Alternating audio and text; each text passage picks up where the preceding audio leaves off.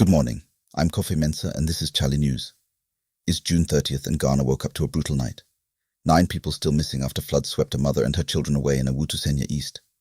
On top of that, an MP insulted a flood victim on the very day 12 people died.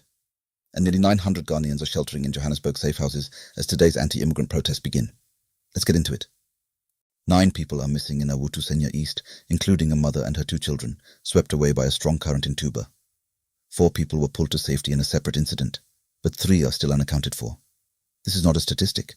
These are families. And here's the part that should make us all uncomfortable. 11 years after the June 3rd flood fire disaster killed over 150 people, we are back here. 2 analysts are saying Ghana has no institutional memory, no archives, no drone records, no accountability for past promises, the same flooding, the same deaths, the same silence after. Full breakdown on chale.news. Then there's this. Gomoa Central MP A+, on June 29th, the day 12 people died in floods, called a constituent a stupid man and fool on Facebook. The man's crime? Asking his MP to prioritise drainage over entertainment. It's gone viral, and the anger is completely justified. Urgent safety notice. The MPA has ordered all flood-hit fuel stations in Accra to shut down immediately. Floodwater inside tank manholes and fill points can trigger explosions. Stay away from flooded stations, and if you smell fuel or see a leak, call the Ghana National Fire Service. Monday wasn't done with Accra.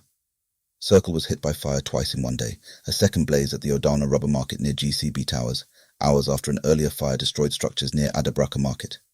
Floods and fires, same city, same day. The floods also knocked out ECG's vending systems and the power app, meaning thousands of Accra residents couldn't buy electricity on top of everything else. ECG says full restoration was expected by 8 a.m. Tuesday. No backup payment channels were announced. Moving beyond the floods, Ghana is now before the ECOWAS Court of Justice. Rights groups filed a complaint on behalf of 27 people deported from the US under the Trump administration, alleging Ghana sent them onward to the very countries they had fled, despite them holding US legal protections. Each deportee is seeking at least $100,000 in compensation. Today is June 30th, the day those anti-immigrant protests were called in South Africa. President Ramaphosa warned against vigilantism, but stopped short of banning the marches. Nearly 900 Ghanaians are still sheltering in Johannesburg safe houses. We're watching this closely. For Ghanaians in the UK, a bill going before Parliament on July 1st could require asylum recipients to repay up to £10,000 before they can settle permanently. The debt kicks in once earnings cross an undisclosed threshold. Worth knowing before that vote happens. The US Supreme Court blocked Trump from firing Federal Reserve Governor Lisa Cook, 5 votes to 4. For Ghana, this matters. Fed independence keeps the dollar stable, and dollar strength directly affects our external borrowing costs. A small court ruling with a long reach. World Cup. Morocco are through to the round of 16 after beating the Netherlands on penalties, 3-2. Cody Gakpo, playing through the grief of losing an unborn child, put the Dutch ahead.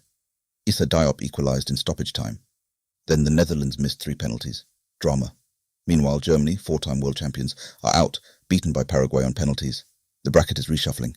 Ghana face Colombia in Kansas City on July 3rd. Full World Cup coverage on chale.news.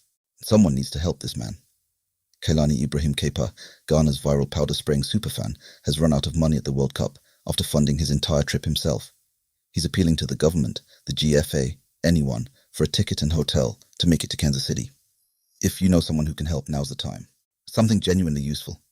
The Office of the Special Prosecutor has launched a free online platform, gyoyac-osp.org, with courses on ethics, corruption risks, and integrity leadership for students and young professionals. Head there and enroll. It's free. Finally, a conversation worth having. A viral Akabanese skit shows area boys cheering a man for conquering an arrogant woman. A new commentary is asking whether popular comedy is quietly normalising sexual coercion. Millions are watching these skits. The question matters. That's your June 30th morning, a heavy one. Stay safe out there, especially if you're in flood-affected areas.